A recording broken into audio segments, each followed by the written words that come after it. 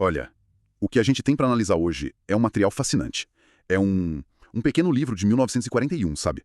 Um tratado de espiritualidade franciscana chamado Subida ao Monte Alverne, de um frei Henrique Golland Trindade. Um clássico. Exato. E a ideia central do livro todo é uma grande metáfora. A vida espiritual é como escalar uma montanha. A nossa missão aqui é desvendar o que significa essa escalada, passo a passo, de acordo com o autor. Uhum. E ele já começa com uma pergunta que, nossa, bate fundo. Por que tanta gente fica só na planície? Sabe, rodeando a base da montanha, olhando para cima, mas sem nunca criar coragem para dar o primeiro passo. Pois é. O que nos segura nesse lugar que ele chama, de forma bem direta, de comodidade perigosa. Essa imagem da planície é o ponto de partida de tudo. Ela não é só um lugar geográfico, né? É um estado de espírito. Certo. Então, especialmente dentro da visão cristã, é de elevação. A gente foi feito para subir. Então, essa escalada não é um hobby, um passeio, é uma necessidade existencial. Uma necessidade, é. A frase que ele martela é: precisamos subir. E ele lembra que as grandes figuras, de Moisés a São Francisco e até o próprio Cristo, nos evangelhos, estão sempre subindo para os momentos decisivos, né? Verdade. Ficar na planície é se contentar com pouco. É arriscar, como ele diz, dançar ao derredor do bezerro de ouro. É trocar o sagrado pelo ídolo do conforto. E essa subida não é uma caminhada tranquila, né? Pelo que o texto descreve, é o completo oposto de um passeio no parque. Nem um pouco. A linguagem que ele usa é muito física, quase brutal. O caminho para esse alverne espiritual é íngreme, quase a pique, e ele faz questão de frisar que não dá para subir com os carros modernos do luxo e do bem-estar. Certo. É uma jornada a pé, cheia de dificuldades. A frase que me marcou foi: sangram as plantas dos pés, ferem-se as mãos nas rochas brutas. Nossa! Isso tira a jornada do campo puramente abstrato, sabe? É uma luta, um esforço real, onde cada metro é uma conquista. Exato, a linguagem é visceral porque o esforço é real. Mas ele justifica essa dor com a imagem do cume. O topo do monte, esse alverne simbólico, é a mansão da paz, do amor, da felicidade. A recompensa. A recompensa. É um lugar onde as regras da planície não se aplicam mais. Lá em cima não tem espaço para mesquinharia, para inveja, para o egoísmo, para a desunião. É a região da verdade e da caridade. Uhum. É um lugar de segurança, sabe? Acima dos relâmpagos e trovões da vida. É interessante que a grande recompensa no final dessa jornada tão árdua não seja poder, riqueza ou reconhecimento, mas sim paz e liberdade. Pois é. Isso vai totalmente na contramão do que a nossa cultura define como sucesso. A gente escala nossas montanhas corporativas e sociais em busca de status, de validação externa. E aqui, o prêmio final é interno. É uma paz que o mundo da planície, com todo o seu barulho, não pode oferecer. Exato. O autor chega a detalhar por que essa paz é um prêmio superior. Olha, ele não detalha em termos de comparação direta, mas a superioridade está implícita na descrição da planície. A planície é o lugar do conflito constante, da competição, da ansiedade, de estar sempre à mercê das tempestades da vida. Certo, faz sentido. O cume é o lugar da estabilidade. A paz que ele descreve não é a ausência de problemas, mas a conquista de uma perspectiva superior, de onde os problemas da planície parecem menores, mais administráveis. Entendi. É a paz de quem encontrou seu centro, seu lugar seguro. A liberdade, nesse contexto, é se libertar da tirania das opiniões alheias, dos desejos superficiais, do medo. É uma liberdade muito mais radical do que a simples liberdade de escolha material. Essa descrição da subida é quase assustadora, faz a gente pensar, será que eu tenho o que é preciso para isso? A descrição da dor, do esforço, diante de um desafio tão monumental, o que o autor diz que é o ponto de partida? Por onde se começa, né? Por onde se começa algo assim? Qual é a condição número 1? E aqui vem um dos pontos mais surpreendentes e, ao mesmo tempo, libertadores do livro. O capítulo 2 é direto. A primeira condição, a que ele chama de quase única, não é ter uma inteligência brilhante, não é ter um dom especial. Não é ter nascido numa família religiosa. Nada disso. É simplesmente querer. Querer. A frase dele é enfática. Sim, querer. Querer e, mais uma vez, querer. Mas ele logo faz uma ressalva importante. Não é o querer do preguiçoso, que a Bíblia descreve como aquele que quer e não quer. É uma vontade firme, uma decisão inabalável. Isso é totalmente contraintuitivo. A gente vive numa cultura que idolatra o talento, a inteligência, o QI, o hustle. A gente acredita que o sucesso, em qualquer área, depende de um conjunto de habilidades e dons. Com certeza. Daqui o autor vira essa lógica de cabeça para baixo. Ele diz que nada disso importa para subir a montanha mais importante. Só a vontade. A ponto de dizer que uma mulherzinha ignorante, com uma vontade forte, pode chegar mais alto que um grande teólogo. Isso é um choque para a nossa mentalidade meritocrática. É um choque completo. E é uma ideia central no pensamento franciscano. O que sobe o monte não é o intelecto, não é a arte, não é o gênio. Quem sobe é o santo. E para o autor, o santo é, antes de tudo, o homem da vontade. O homem da vontade. A santidade, ou essa ascensão espiritual, não é um clube exclusivo para intelectuais ou místicos superdotados. Ela se torna radicalmente democrática. Certo. A única barreira de entrada é a nossa própria vontade. A história que ele cita de São Boaventura, um dos maiores teólogos da história, dizendo ao simples irmão Gil que uma velha senhora analfabeta pode superá-lo em amor a Deus. Nossa, resume tudo. É uma ótima imagem. A força motriz da subida não é a cabeça, é o coração.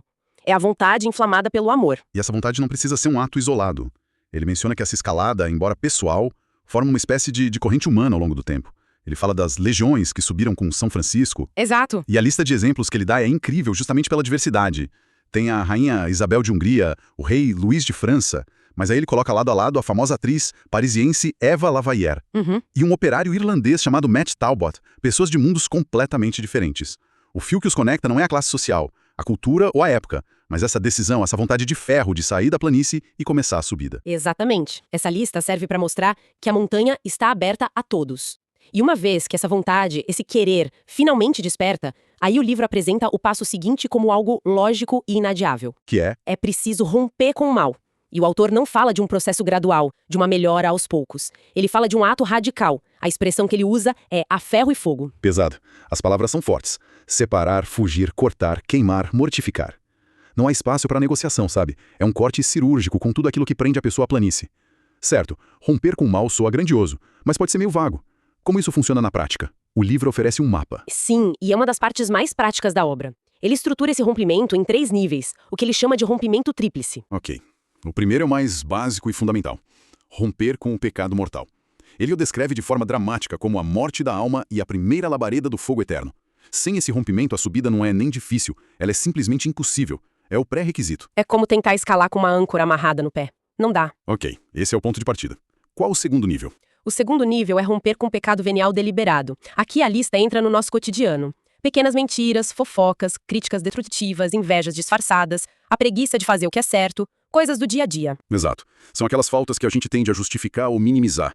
O autor diz que cortar esses hábitos torna a subida fácil. Eles não são a âncora do pecado mortal, mas são como uma mochila cheia de pedras. Tornam o caminho mais pesado. Muito mais. Escalar sem ela se torna mais leve e rápido. E o terceiro, que me parece o mais sutil, é o mais sutil e talvez o mais avançado. É o rompimento com as imperfeições voluntárias. Aqui entram as pequenas vaidades, o apego a objetos ou confortos, a negligência com o tempo, a busca por elogios. Nossa. São coisas que a gente nem sequer considera pecado, mas que mantêm a nossa mentalidade presa à lógica da planície. E é aqui que vem a frase mais forte desse capítulo. Romper com essas imperfeições, segundo o autor, já é subida. Uau. O verdadeiro avanço, a escalada em si, acontece na luta contra essas sutilezas do ego. É fascinante como ele transforma a jornada em algo tão concreto. E os exemplos que ele deu antes da atriz e do operário se encaixam aqui. Eles são ilustrações desse rompimento radical, não são? Perfeitamente. E os detalhes que o livro traz são impressionantes. A atriz, Eva Lavalier, quando se converteu, não fez uma transição suave para uma vida mais espiritual. Não. Ela literalmente rasgou contratos milionários que a prendiam ao teatro. E mais, parou de abrir qualquer correspondência de antigos admiradores ou empresários. Foi um corte limpo, a ferro e fogo com o passado. Nossa, e o operário, o Matt Talbot? A história dele é igualmente radical. Ele era alcoólatra. Quando decidiu parar de beber, não apenas parou. Ele fez um voto de nunca mais entrar em um pub ou qualquer lugar que vendesse álcool. Que radical. E anos depois, ele percebeu que o cachimbo tinha se tornado um pequeno apego, uma muleta. E ele pensou, não quero ser escravo de nada. E abandonou o cachimbo também. É esse nível de atenção às pequenas correntes que nos prendem. Esses exemplos são de uma radicalidade que hoje soa quase impossível. Vivemos em um mundo de nuances, de equilíbrio. Ninguém mais rasga contratos ou se isola completamente dessa forma. É verdade. A pergunta que fica é, qual seria a versão moderna desse rompimento? Seria, sei lá, deletar as redes sociais, mudar drasticamente o círculo de amizades? O livro dá alguma pista de como aplicar essa radicalidade num contexto menos extremo, mais do século XXI? Olha, o livro, por ser de 1941, não fala em redes sociais, claro. Mas o princípio por trás dos exemplos é atemporal. Identificar o que te prende e cortá-lo pela raiz, sem negociação. Certo. A aplicação moderna seria exatamente essa que você mencionou. Para uma pessoa, o rompimento pode ser deletar um aplicativo que consome sua paz e seu tempo. Para outra, pode ser estabelecer limites firmes num relacionamento tóxico. Para uma terceira, pode ser mudar radicalmente os hábitos de consumo para não ser escrava do materialismo. Entendi. A radicalidade não está necessariamente no ato externo, mas na decisão interna de não mais tolerar aquela âncora ou aquela pedra na mochila, por menor que pareça. O exemplo supremo que o livro dá, o de São Francisco se despindo em praça pública, não foi um ato de exibicionismo. Foi o símbolo de um rompimento total com uma identidade antiga para abraçar uma nova, dependente apenas de uma realidade superior. Esse é o princípio a ser traduzido para a nossa vida. Entendi. Então a receita parece ser: primeiro, a decisão firme, o querer. Segundo, um corte radical com o que te prende, do mais óbvio ao mais sutil. Mas essa energia do rompimento inicial pode se esgotar, né? A gente sabe como é fácil voltar aos velhos hábitos. A parte mais difícil é sempre a manutenção. Sempre. Como o livro sugere que a gente sustente essa subida no longo prazo? Essa é a próxima etapa da jornada. Depois do rompimento, é preciso criar um ambiente propício para que a escalada continue. E, novamente, o autor surpreende. Ele não diz que é preciso se mudar para um mosteiro no alto de uma montanha. Não. Não. Ele fala de algo que chama de solidão espiritual. Um recolhimento interior que pode e deve ser cultivado no meio do mundo, no meio da agitação. Solidão espiritual no meio do caos da vida moderna. Parece um paradoxo. Como se constrói isso? Ele usa uma citação de São Francisco, que é a chave de tudo. São Francisco dizia aos seus frades: Meus irmãos, seja o corpo a nossa cela, a alma a eremita que nela mora.